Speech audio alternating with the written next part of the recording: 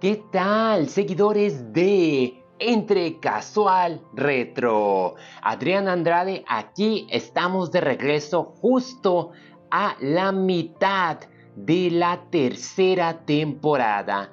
Inevitablemente estamos más cerca del fin, pero aún así nos quedan otros 7 episodios para seguir disfrutando de esas películas que dejaron esa huella en nuestros corazones conforme algunos crecíamos con ellas y otros las presentaban en vivo y en directo en las salas del cine. Sí que eran otros tiempos y sin duda estos 4 títulos podría tomar el eslogan de al infinito y más allá, porque en efecto estas 4 fueron más allá de lo que hubiésemos anticipado y de que sigan todavía presentes y referenciándose en multitudes de producciones o que salgan todavía a flote en charlas. Entonces, Adrián Andrade, esto es Entre Casual Retro. Vamos a iniciar con Corazón Valiente. Recuerdo que era una mañana que había descansado de la escuela. Yo era un adolescente, me estaba haciendo un desayuno. Me senté, en ese entonces había televisión por cable, así que uno no podía elegir qué película ver a su antojo, era lo que había en la programación, y que se encuentran los últimos 25 minutos de Corazón Valiente, ¿no? Yo dije, bueno, los voy a ver, es una película que me fascina, que me conmueve, la música, la adoro, esa melodía imposible que no haya ganado el Oscar por esa banda sonora que para mí es preciosa y enganchadora, y siempre me acuerdo de William y de su pareja que lamentablemente no sobrevive. Me agarro desayunando y en cuanto el personaje de William grita Frida, pues que me agarro llorando, ¿no? Y es que esa es la magia que tiene Corazón Valiente, que desde el primer minuto tú no te das cuenta, ya te agarró y no te suelta. Y te da una gran lección porque a pesar de que es una ficción, tiene en su centro un realismo por estar basada en esa leyenda. Cada que la veo me desgarra el corazón porque es un título que suelo visitar muy de vez en cuando. Dirigida por Mel Gibson, escrita por Randall Wallace, ambos maestros, y la música de James Horner, es que los tres hicieron magia pura. Sophie Marceau interpreta a la princesa Isabel de Francia. Después la vi en la película de El mundo no basta como chica Bond y me sorprendió mucho el papel de villana, y aquí me gusta mucho el temple en el cual se desenvuelve, a pesar de que la princesa Isabel nunca pudo haber conocido a William Wallace porque nunca estuvo ahí presente durante esa época. Angus McFadden aparece como Robert the Bruce, Brendan Gleeson como Hamish y Brian Cox como Agent Wallace, así que sí había estrellas muy importantes que dieron lo máximo. Hodner se inspiró en la música celta y escocesa y se nota en ciertos tonos. Randall Wallace se enteró de la historia de William Wallace y Robert the Bruce en un tour que tuvo en el Palacio de Edimburgo y sintió la inspiración de adaptarla de inmediato. Como lo mencionaba, inclusive la batalla de Stirling no se hizo en un terreno plano, se hizo cerca de un puente, pero era muy complicado de filmarlo, y aún así esa secuencia está catalogada como de las mejores. Gibson la filmó en orden durante 105 días y se inspiró en el Cid y Spartacus. También se apoyó en las técnicas que se emplearon en Mad Max.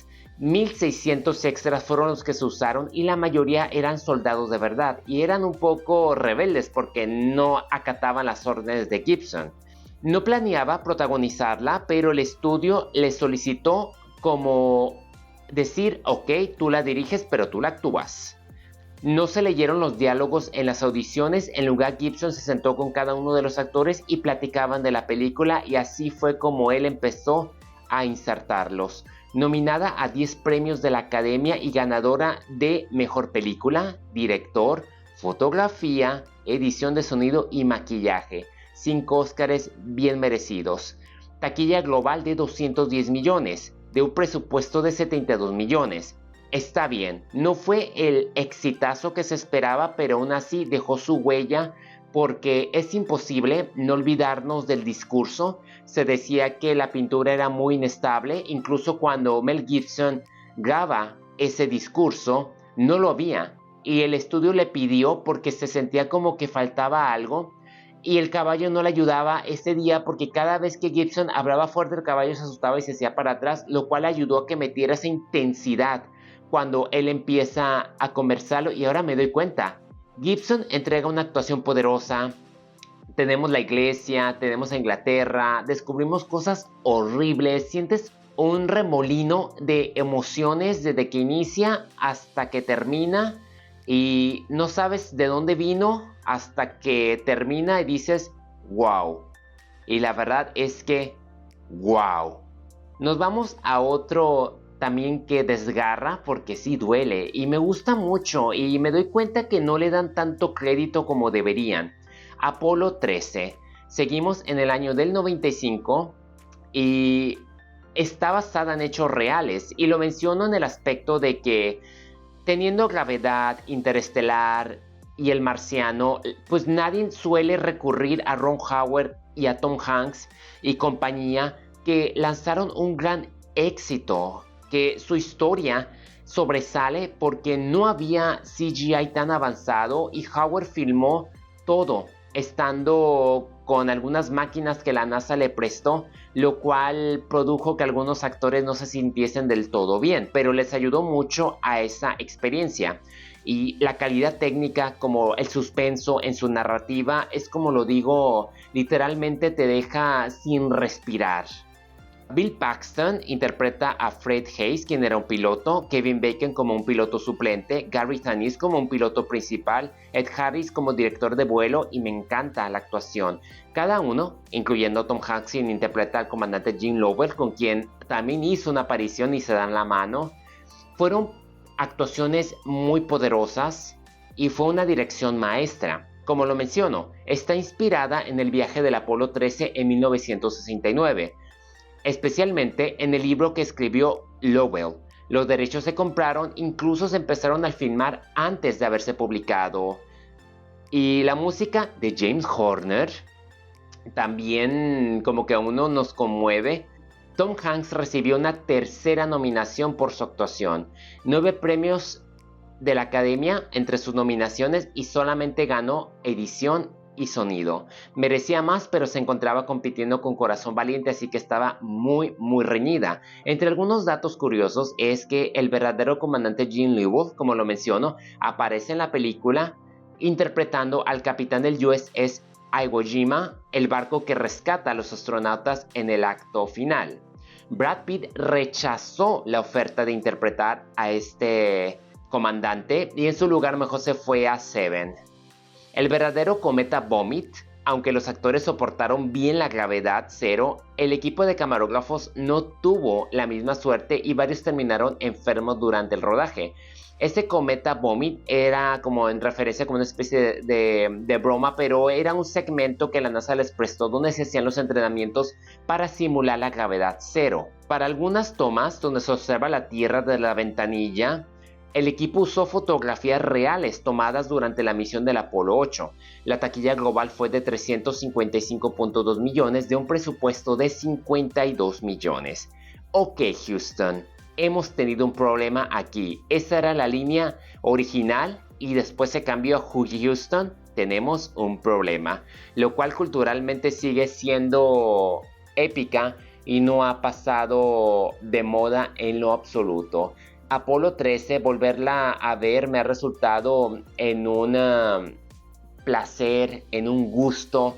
Esas 2 horas de narrativa intensa, efectos especiales y que te tengan como la esperanza o ver cómo una misión fallida se logró en un rescate importante en un periodo donde ya nadie valoraba el viaje a la luna.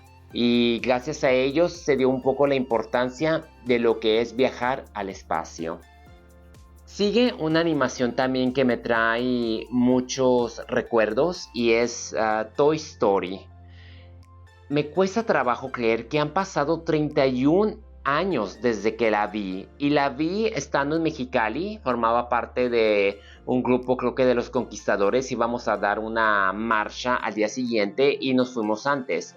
Yo me volví loco. Mi personaje favorito era Buzz Lightyear, incluso tenía los monos que venían en el Burger King, y fue la primera película animada en CGI con una historia, y de hecho la menor de Pixar, porque dura 1 hora 20 minutos, que la tengo muy presente. Incluso jugaba un videojuego con mi hermano donde yo pasaba como que las primeras misiones porque yo era muy cuidadoso y ganaba todas las vidas, y ya mi hermano jugaba los últimos niveles, que eran los más difíciles. Así que sí, crecí teniendo un par de juguetes. Fue dirigida por John Lasseter, quien se inspiró en Tron, y después pues, fue despedido por Disney porque era demasiado para ellos, para después haber sido contratado cuando él se volvió jefe de Pixar. Disney negoció con Pixar y él siguió y sacó este gran éxito, que fue un guión que en parte Joss Whedon, Andrew Stanton y Joe Cohell contribuyeron. Disney la quería más oscura, o la quería como que demasiado, y encontraron un equilibrio entre todos, consiguiendo que también Tom Hanks le diera carisma al personaje de Woody, porque en un principio era un personaje cretino. Tim Allen la hizo de Buzz, y los dos hasta la fecha siguen siendo de los mejores, tan así que recientemente salió Toy Story 5. Entonces, Woody originalmente iba a ser un villano. Curiosamente, Billy Crystal le ofrecieron el papel y lo rechazó. Después se arrepintió y fue cuando aceptó Monster Inc. Joss Whedon quería que Barbie apareciera para salvar a Woody y a Buzz, pero no quisieron darle los derechos. El presupuesto fue de 30 millones, muy costoso, le tuvieron que pelear, y aún así consiguió 401 millones, lo cual fue un rotundo éxito. Generó 5.1 millones de ganancias en rentas de VHS. Como les menciono, hubo un juego de Sega que fue un gran éxito, y la frase de al infinito y más allá se ha vuelto inolvidable. Entre otros datos curiosos, el personaje de Sid Phillips está inspirado en un ex empleado de Pixar que solía tener una fama de que le encantaba desmembrar juguetes y pegarlos y hacer sus abominaciones. Mientras que el Rey León dependió de 800 empleados para su animación, Toy Story lo hizo con 110. El nombre de Buzz fue inspirado en Buzz Aldrin, el segundo hombre en pisar la luna. Originalmente el nombre iba a ser Lunar Harry, lo cual es horrible. Iba a ser Lunar Larry, lo cual es horrible. Qué bueno que no fue el caso. Paul Newman y Jim Carrey eran los soñados por el estudio, pero al final no me imagino a nadie como Hanks y Alan. Aparte de que rompieron la tradición de grabar sus escenas juntos. Previamente, quienes prestaban los audios lo hacían en sus casas independientemente. Ahora lo hicieron juntos en un estudio, y por eso se puede percibir esa magia total en su espontaneidad. Lo más difícil que confesó el estudio fue animar los soldaditos verdes. Toy Story para mí sigue siendo especial. No importa las veces que la vea, sigo todavía sintiendo esas mariposas en el estómago y me siento como un niño cuando recuerdo lo mágico y extraordinario que fue haberla visto por primera vez en 1995. Por último, Congo. No será la favorita de muchos, y muchos suelen burlarse, y aún así para mí es como que maravillosa por su aventura. Fue un éxito inesperado en ese entonces y todavía lo sigue siendo a mi punto de vista, por ser como un híbrido aventurero que te engancha con sus herramientas tecnológicas e incluso tiene cierto sentimentalismo en su narrativa. Tiene de todo. Dirigida por Frank Marshall y producida por su esposa Kathleen Kennedy, así es, quienes estuvieron detrás de grandes éxitos, Los Goonies, Indiana Jones, Star Wars. Tenemos a Laura Linney interpretando a un ex agente de la CIA, Karen Ross, que le quedó muy bien. Me extraña que no le hayan dado más papeles de ese estilo. Dylan Walsh como Peter Elliot, Ernie Hudson como Captain Monroe Kelly y Tim Curry como Hackerman. 4 talentos que la mantuvieron a flote, y tuvo un presupuesto costoso, 50 millones, y taquilla global de 152 millones. Tuvo sus ganancias. Se usaron diamantes de verdad durante el tercer acto, se usaron efectos prácticos porque el CGI todavía no estaba tan avanzado como para hacer los simios blancos y el hipopótamo fue mecánico. Pero antes era una idea que quedó guardada desde 1983 hasta que sucedió Parque Jurásico. Así es, ya había una historia, ya se estaba imaginando, pero no estaban los efectos, así que no se arriesgaron hasta que sucede Parque Jurásico. Frank y Kathleen se decidieron aventurarse con todo el equipo en las junglas de Costa Rica para filmar alrededor de un volcán activo. El set de la ciudad perdida de Zinc fue construida gracias a ILM, quienes también agregaron ese efecto del terremoto. Tiene como que humor, me gusta la leyenda, me gusta Amy, la simio, la relación que ella forma con su encargado Peter Elliott. Me gusta también la buena química que comparten Laura Linney con Whitney Houston en sus papeles de Karen y Capitán Monroe. Me gusta la tecnología. La secuencia que sigue hasta la fecha siendo de mis favoritos es cuando montan como un perímetro con armas. Me recordó bastante a Aliens. Y tienen que defenderse y cuando destrozan el perímetro los simios se van y ellos la libran. Y me gusta también cuando exploran la ciudad. O sea, es todo una aventura que no puedes dejar de ver conforme vas disfrutando de este trayecto. Entonces, nos encontramos ya a la mitad, 7 episodios, 7 semanas, 28 películas. Hay unos que estoy redescubriendo y otros que digo, se me fueron. Como El abogado del diablo, Contracara, ni modo. Aún así, no quita que estos 4 títulos, sin duda, fueron al infinito y más allá. Muchos riesgos, mucha verdad, mucho sentimentalismo y actores y actrices de alta calibre. Es muy bonito de vez en cuando revivirlo, acordarme y darme cuenta de que, en efecto, fueron películas que me tocaron ver conforme yo crecía, que las disfruté no solamente una vez, ya sea en el cine, sino en mi casa, que pude a lo mejor comprarlas en VHS y repetirlas a pesar de que no tenía nada que estar viendo porque uno dice que se aburría.